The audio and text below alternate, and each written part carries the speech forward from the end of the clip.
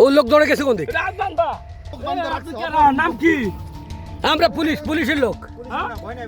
ভয় নাই এবার কি অসুবিধা নাই, আমরা পুলিশ উদ্ধার করি। একটি শান্ত দুপুর, চারপাশ স্তব্ধ। হঠাৎ সাইরেন বাজিয়ে ধেয়ে আসছে কাশিমপুর থানা পুলিশের একটি গাড়ি। ঠিক সেই মুহূর্তে বিপরীত দিক থেকে আসা একটি সাদা প্রাইভেট কার পুলিশের মুখোমুখি হতেই যেন আকাশ থেকে পড়ল সবাই। পুলিশের গাড়ি দেখা মাত্রই প্রাইভেট কার থামিয়ে ফো দৌড় দিল ভেতরে থাকা কয়েকজন ব্যক্তি। এক মামলার আসামিকে ধরতে যাওয়া পুলিশের টিমটি তখন মুহূর্তের জন্য থমকে যায়। কোনো অপরাধ ছাড়াই কেন পালিয়েছে তারা? রহস্যের গন্ধ পেয়ে পুলিশ যখন ওই পরিত্যক্ত সাদা গাড়িটির দিকে এগিয়ে যায়, তখনই উন্মোচিত হয় এক ভয়ঙ্কর সত্য। গাড়ির ভেতরে চোখ হাত বাঁধা এক ব্যক্তি, কারণ শুনে চোখ কপালে ওঠার অবস্থা সবার।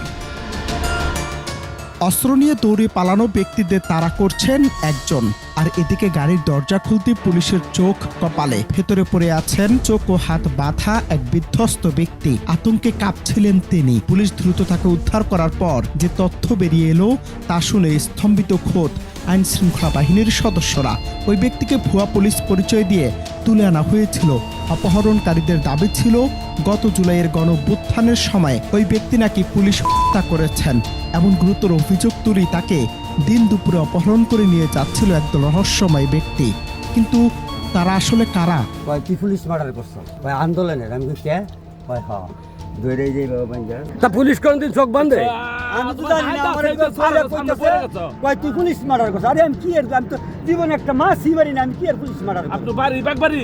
হ্যাঁ। গাজীপুরের কাশিমপুর এলাকার এই চাঞ্চল্যকর ঘটনাটি এখন টক অব দ্য টাউন। উদ্ধার হওয়া ভুক্তভোগী জানিয়েছেন অপরিচিত কয়েকজন তাকে রাস্তা থেকে জোরপূর্বক তুলে নিয়ে যায় এবং নিজেদের পুলিশ পরিচয় দেয়। অপহরণকারীদের মূল টার্গেট ছিল জুলাইয়ের সেন্টিমেন্টকে কাজে লাগিয়ে সাধারণ মানুষকে ব্ল্যাকমেইল করা কিংবা বড় কোনো মুক্তিপণ আদায় করা। কাশিমপুর থানা পুলিশ জানিয়েছে ভুক্তভোগীকে উদ্ধার করে ইতোমধ্যে নিরাপদ স্থানে সরিয়ে নেওয়া হয়েছে এবং গাড়ি ফেলে পালিয়ে যাওয়া সেই চক্রের সদস্যদের শনাক্ত করতে চিরুনি অভিযান শুরু করেছে তারা।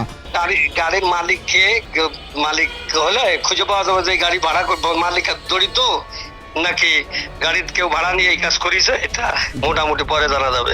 আগে মালিক খুঁজে বের করি। আমরা সার্জেন্টের কাছে টিআর কাছে দিচ্ছি নাম্বার, ও বের করে দিচ্ছে।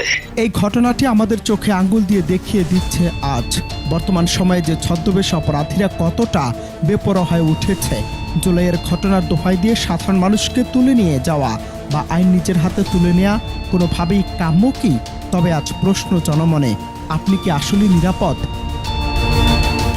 অনন্ত হাসান মাসুদ, বাংলা টিভি।